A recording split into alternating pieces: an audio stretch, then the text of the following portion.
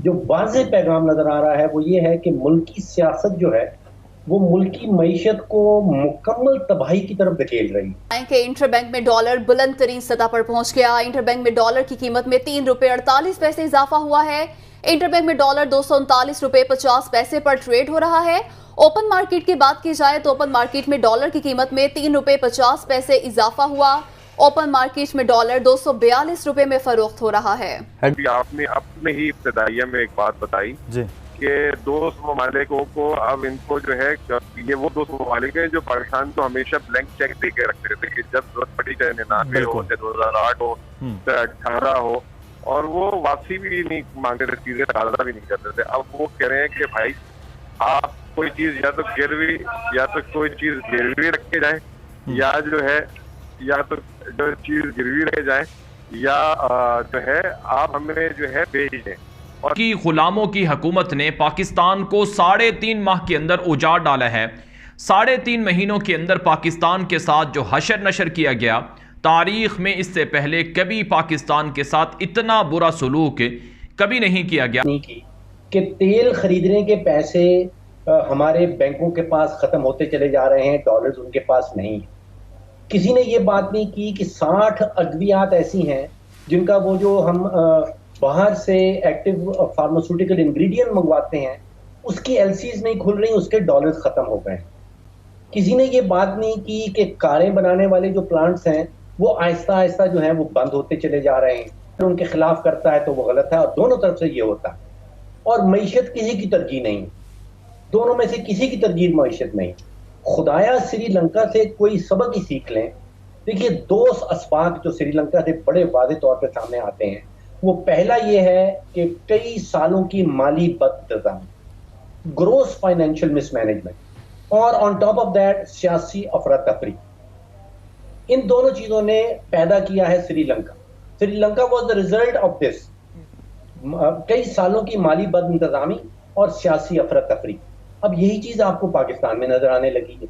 हम पिछले कई सालों से 15-20 सालों से माशी बदइंतज़ामी इतनी हो रही है, और जितनी अब सियासी अफरा तफरी सामने नजर आ रही है, तो किस तरफ हम ले जाना चाह रहे हैं। वो जो 3.5 करोड़ पाकिस्तानी खानदान हैं, उनको हमने उनके लिए हम क्या सोच रहे हैं। हर सियासतदान अपनी कुर्सी और अपनी गद्दी के पीछे पड़ा है, आम आदमी के मतलब कोई।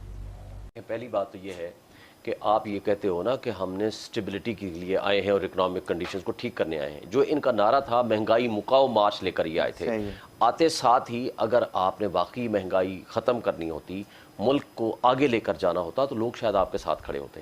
आपने जो तोहफा दिया बजाय इस बात के, देखें जो खुद ये कह रहे हैं ना, इनके आर्गुमेंट्स पे डिफेक्शन है। ये तो कहते हैं ना कि जो इमरान खान साहब ने 3.5 साल के अंदर जो इकोनॉमी जो सिचुएशन तो उसका तो अभी हम उसका जाहिर है कि वो एक कैरी ऑन हल क्या सारे का सारा बोझ जो था। जी जरूर आप 2 महीने के अंदर अगर रिजॉल्व हो जाते, 2 से 3 महीने में इलेक्शन हो जाते ना। आज भी एक किसी फ्रेंडली कंट्री ने ना IMF ने 1 रुपया आपको दिया। एमिरेट्स से दरख्वास्त की थी कि उनको $2-3 बिलियन जो है वो बैंक के, उस तरफ से ये तजवीज़ आई थी कि अगर हम आपको लोन नहीं दे सकते, हम आपके पास $2-3 बिलियन नहीं रखवा सकते। एक शर्त यह है कि अगर आप अपनी जो आपकी पब्लिकली ट्रेडेड कंपनीज हैं उनको उनके शेयर्स अगर आप हमें बेच दें तो उस सिमत में हम जा सकते हैं।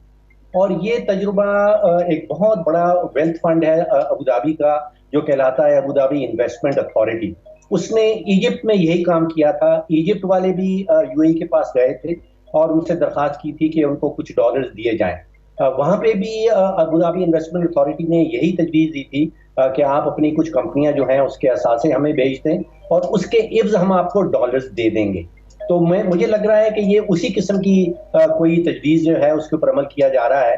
और इसकी हमायत में मैं ये कह सकता हूँ कि हुकूमत का काम, हम एक अरसे से कह रहे हैं, बिजनेसेस चलाना नहीं है, उसका काम हुक्मरानी करना है। बिजनेसेस चलाना प्राइवेट सेक्टर का काम है। दूसरी तशवीश की बात ये ज़रूर है जो आप कह रहे हैं, सुना यह गया है कि उसको कहीं डिस्काउंट पे बेचा जा रहा है, या आजकल जो हमारे पाकिस्तान स्टॉक एक्सचेंज के हालात हैं वो बहुत गिरे हुए हैं और शायद हम अपने असासे जो हैं वो सस्ते ना बेच दें। तो बेचने में मुझे कोई हर्ज नजर नहीं आता। ये हुकूमत को इवेंचुअली तो प्राइवेटाइज करने ही चाहिए, लेकिन सस्ते बेचने वाली बात मेरी समझ में नहीं आती, जो कि पिछले 3.5 महीनों के अंदर इंपोर्टेड हुकूमत ने कर दिए हैं। नाज़रीन किराम, जो अमरीकी साजिश के जरिए से एक हुकूमत पाकिस्तान की 22 करोड़ अवाम पर मुसल्लत की गई है, ये एक ऐसी हुकूमत है जिसने अपनी जेबें भरना शुरू कर रखी हैं, जिसने अवाम की जिंदगियों से सुकून छीन लिया है, जिसने बिजली महंगी कर दी, पेट्रोल महंगा कर दिया, गैस महंगी कर दी, और इस हुकूमत ने पाकिस्तान की अवाम की जो मायूसियां थीं उनमें इजाफा कर दिया है, पाकिस्तान की अवाम को डिप्रेशन में धकेल दिया है। और अब इस हुकूमत के जो कारनामे हैं वो खुलकर सामने आ रहे हैं, और इस हुकूमत का जो असल चेहरा है वो लोगों के सामने आ रहा है। अगरचे इस हुकूमत को पाकिस्तान की अवाम मुस्तरद कर चुकी है, अवाम जो है वो इमरान खान के साथ है, अवाम पाकिस्तान के अंदर इस हुकूमत से निजात चाहती है, लेकिन जिन लोगों ने इस हुकूमत को पाकिस्तान पर मुसल्लत किया अभी तक उन्हें भी होश नहीं आ रहा, अभी तक उन्हें भी अकल नहीं आ रही कि अगर इन लोगों को मजीद पाकिस्तान पर मुसल्लत रहने दिया गया तो पाकिस्तान का बेतहाशा नुकसान हो जाएगा। नाज़रीन किराम, इस वक्त जो ताज़ा तरीन रिपोर्ट सामने आई है वो ये है कि इस इम्पोर्टेड हुकूमत ने एक नया कानून बनाया है। उस कानून के तहत अगर हुकूमत जो कि इम्पोर्टेड हुकूमत है, ये जो इम्पोर्टेड हुकूमत है, ये हुकूमत अगर पाकिस्तान का कोई भी असासा बेचना चाहे तो ये बेच सकती है। देखिए डॉक्टर साहब, मुझे बड़ा खौफ आने लगा है। हम जो हमारी सिमत है वो माशी खुदकशी की सिमत, यहाँ पे खुदकशी का मामला कहीं से मईशत के हवाले से होने वाला। देखिए जो विशेष साइकिल है जो हमने देखा है वो शुरू होता है डॉलर्स के फुकदान से। आपके पास डॉलर खत्म हो जाते हैं जो आज पाकिस्तान के पास हो गए। उसके बाद आपकी करेंसी बहुत तेजी से गिरती है, जो हमारी करेंसी गिर रही है। फिर महंगाई आती है, उसके बाद फिर समाजी बेचैनी शुरू हो जाती है, और उसके बाद फिर पुरतशद्दद एहतजाज शुरू हो जाते हैं, और आखिरी स्टेज में आके फिर फौज की तैनाती हो जाती है। ये हमने अभी कुछ महीने पहले देखा है श्रीलंका में होता हुआ। यहाँ पे हम पहली 2-3 स्टेजेस में तो पहुंच चुके हैं। अब हम ये डिस्कस करें कि किसकी गलती थी, किसकी जिम्मेदारी थी, गलती किसने की। मेरा ख्याल है कि हमारे पास टाइम तो बहुत कम रह गया। यहाँ पे कोशिश और फोकस इस चीज पे होना चाहिए कि हमने सियासत और मईशत को अलग अलग किस तरह करना है। जी देखिए, पिछले 70 सालों में इटली के अंदर 70 हुकूमतें बदली हैं। औसतन एक साथ से ज्यादा एक हुकूमत नहीं रह रही इटली के अंदर, लेकिन उन्होंने अपनी मईशत और सियासत को अलग कर रखा है। देखिए, एक तो कोई नारा नहीं लगा रहा इस वक्त के सियासत बंद करो और मईशत को बचाओ।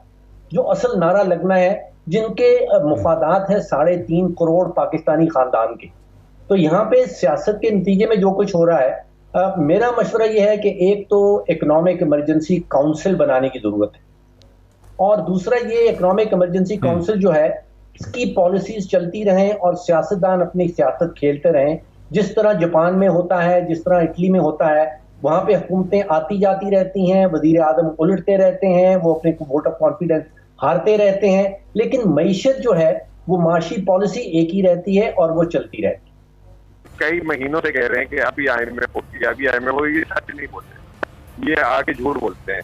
तो ये तमाम वजूहात और फिर उसके बाद बेचे भी इस नहज तक ये मामला मुजम्मिल साहब क्यों पहुंचा है कि जब रिवायत ये रही है तो इस नहज तक ये मामला क्यों पहुंचा कि वो दोस्त ममालिक जो ब्लैंक चेक की सूरत में पाकिस्तान में डिपॉजिट रखते थे वो अब जो है उसकी गारंटियों पे चीजें ले रहे हैं अपने नाम पर? क्यों? उसकी वजह ये है कि हम जो है बेअसूली लोग हैं। और अभी आपने पिछले चंद दिनों में ही देखा कि एक तरफ मुल्क दिवालिये की तरफ जा रहा है। आपने जो है 17 से 21 ग्रेड वालों की तनख्वाहें बढ़ा दी।